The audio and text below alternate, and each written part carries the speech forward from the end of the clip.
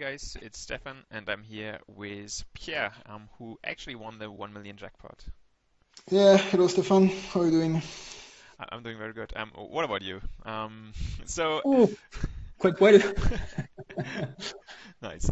So yeah, let's just jump in. Small discussion here. So as far as I know, the jackpot hit in the morning, right? Is that kind of your usual grind time, or how you're structuring your day? Yeah, most of the time I'm grinding early in the day.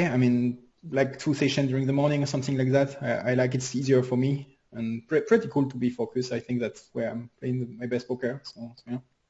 All right, so more like an early bird.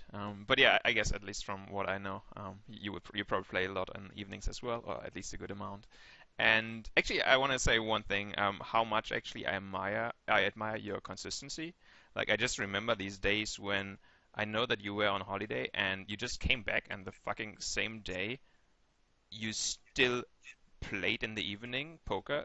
I don't know. I mean, it's obviously part of your love for the game, but also like you just want to put in the hours, Ye- right? Yeah, the thing is obviously give up a good job for poker and then because obviously I like that, but then there is no fail possible. So I was just trying hard every single day.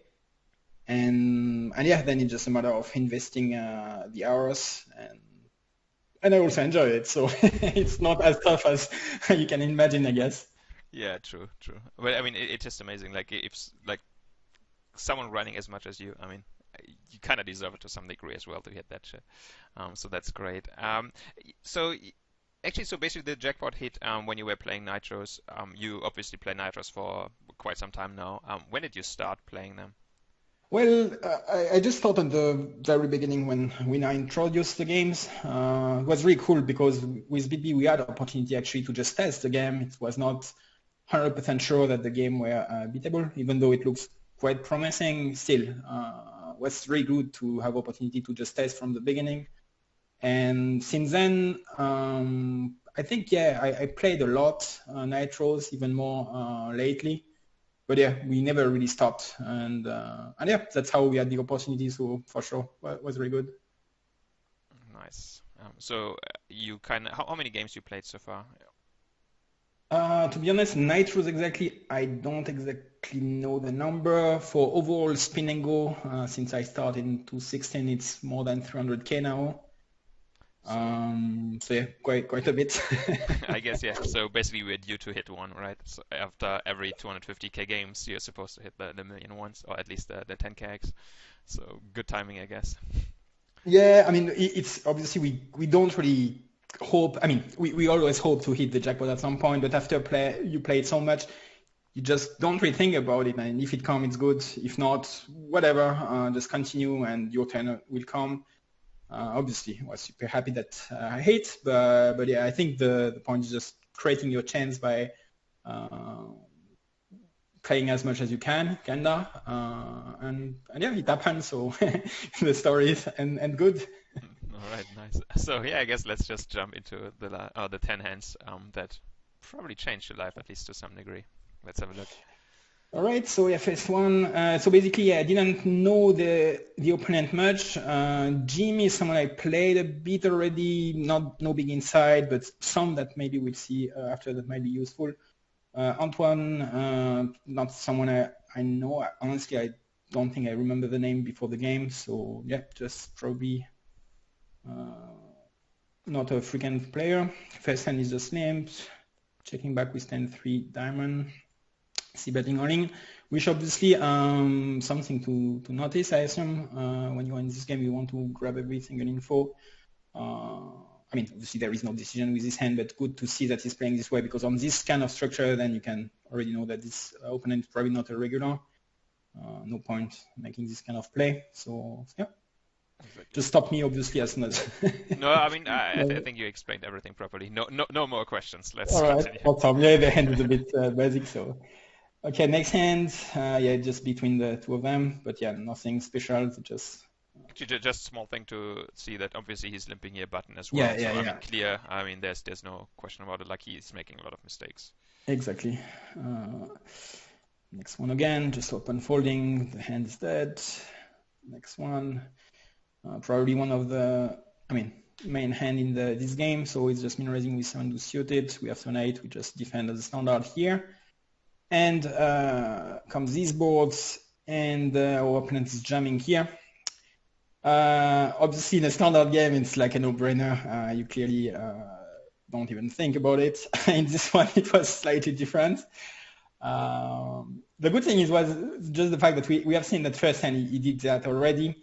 We know that he's rather on the recreational part of the player pool or something. He also min raised. And I mean, that's still a hand where my first feeling was, okay, I will have to call, and I hope he has ace queen, doesn't hit a queen or something, kind of like this. But yeah, no, we just can't fold 7-8. The hand is just too strong in such spot. There are a bunch of draw open as well. And again, he should not play a 5 like this too frequent, even though, okay, maybe he's a bit scared money in such a jackpot, and if you have a 5, maybe we'll do it, but I would still assume that with a 5, we don't do that. We block a 7, so yeah, in the end. I mean, in theory, you shouldn't also play like 7x this way. Yeah, he should not, but yeah, it's just good. Even from experience, I have the feeling that they might play 7 this way, but I don't see 5x played this way frequent in games. That's more my point there.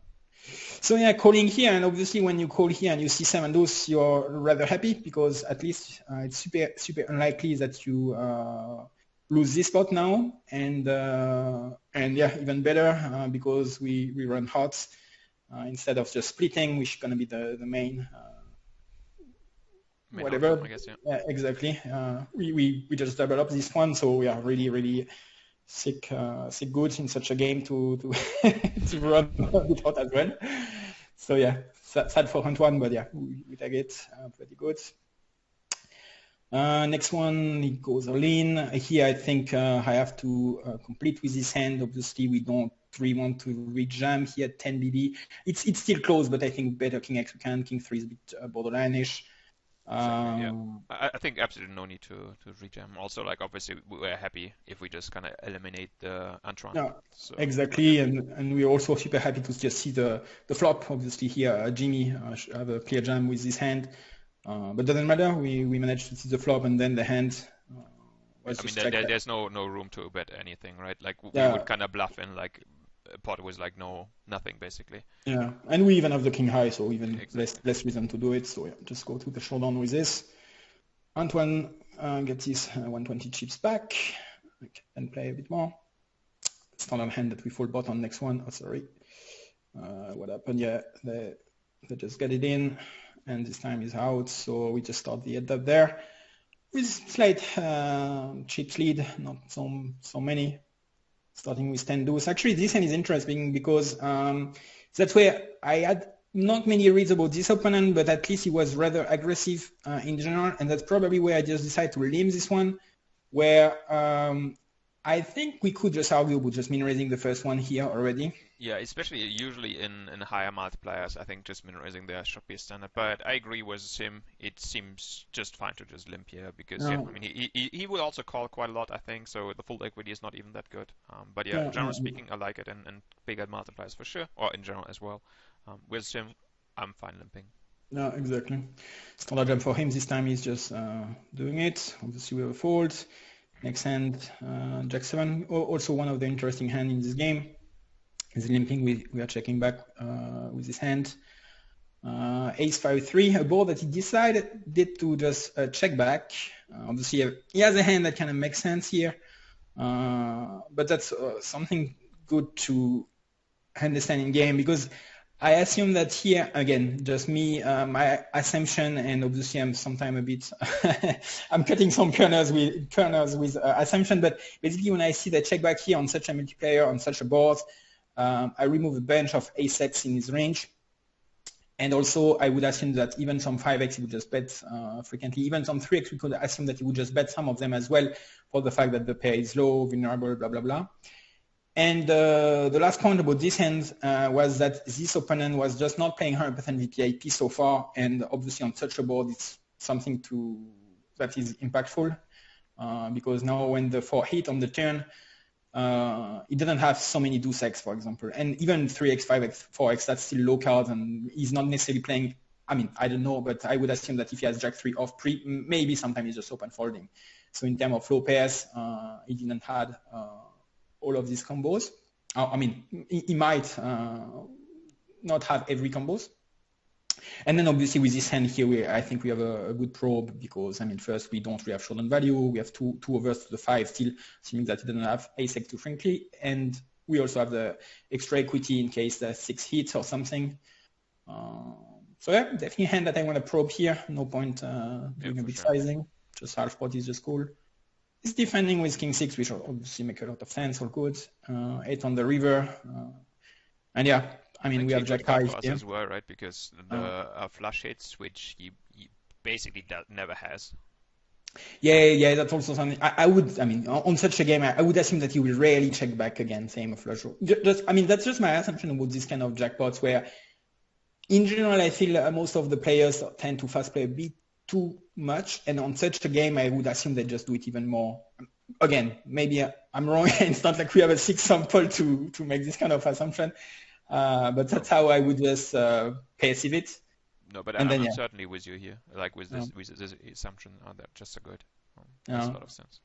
And then anyway, we have this hand. I mean, the card is good. The hand is also good. Everything I mean, we kind of need, I feel, to bet here. If not, no point probing the turn. So that was kind of the plan. On maybe if a king hit, for example, it's, I feel, way harder to just go for the barrel because obviously he has just more kings in general. There are some, I mean, same if a 4 or 3 come, I don't know, maybe not the very best cards to just go for it. But yeah, on everything else, we kind of, I think, want to barrel. So yeah, going for it. I was just wondering about my sizing here in game, and even after the game, I was thinking about it. My feeling is still that in such a game, you reach this spot, and here it's like, yeah, I'm betting half pot. Maybe I'm bluffing, maybe I have just 2 pair, maybe I have some deuce X sometime. I can have still a lot of things, and he has this kind of hand like king high, 5x, 4x, 3x sometimes. Maybe he can hit an 8, but that's not what we are targeting, obviously. Same with ace-x, that's not what we are targeting here. So in the end, I was still happy with my sizing, assuming that I just reach my goals with this kind of half pot here. Yeah, exactly. I think there are also arguments to actually make it, I don't know, let's say 75, just to focus only on king x's. But like with this sizing, like if he has a 3x or 4x, you also have a chance that he's folding them. So I prefer like half pot slightly more as well. I think shoving is just unnecessary, especially because we know that, I mean, at least from the games that I played versus him, I would say that he can actually tend to station a bit. So we also don't really want to increase hard and like just give him like room to go for it. Although shoving could obviously be an option. Like it's not like it's totally terrible, but I like half pot more. It's an option. I mean, the point is still that, I mean, obviously if you shove here, you increase your chance of him folding this kind of hand. The thing is, still, I think he has tough life here with king high already, and if he managed to find the hero call, you still have 200 chips behind. It's not like we want to just save the chips and we should just think about the best decision at this very moment here in game. But yeah, again, if we just had everything we just said together, I just feel that, yeah, half pot is enough here. Pretty happy with it. There's a different opponent we can have, yeah, maybe different sizing. Versus him, I think it was fine. Yeah, I agree. But yeah, he folds, so pretty cool because obviously this spot is quite big at this point, so happy to take it down. And then the game hands happily and easily for us. Ace king gonna be a standard jam where it's just folding, and then he's just jamming with 10-8, and obviously we have a call with lucky again. Yeah, running again rather good here with this hand, this confrontation, and obviously it holds, which was quite cool. So yeah, fast game of 10 hands that was quite good, and that I think I will remember for some time. Yeah, hopefully. So basically in the interview you said you basically just continued grinding because it's just something that you're used to, and it's great to calm down. Just a quick question, what are your future plans right now, basically? Well, obviously it's good to have some, I mean, I'm always not concerned, but I'm always worried that maybe, poker might just slow down, or maybe the rake increase, or some kind of new law just stop you from playing. But it's not like I will just stop playing just for the fact that I just enjoy what I'm doing a lot. So yeah, I would certainly just continue playing poker for now. And with this extra finance freedom, it's obviously cool because then you don't have all of this concern. You can just enjoy even more what you are doing without really thinking about what you need, but rather just focusing on what you like the most. And yeah, I will just keep grinding for sure in the future, and also invest a lot of time to just help others to have this kind of chance. That's what we are working on a daily basis in BitB. So yeah, definitely a cool perspective. So yeah. All right, cool. Great. Thanks a lot for the insights. Always a pleasure talking with you. Yeah, you're welcome. It was cool. Thank you. All right, cool. Thank you, guys. See you.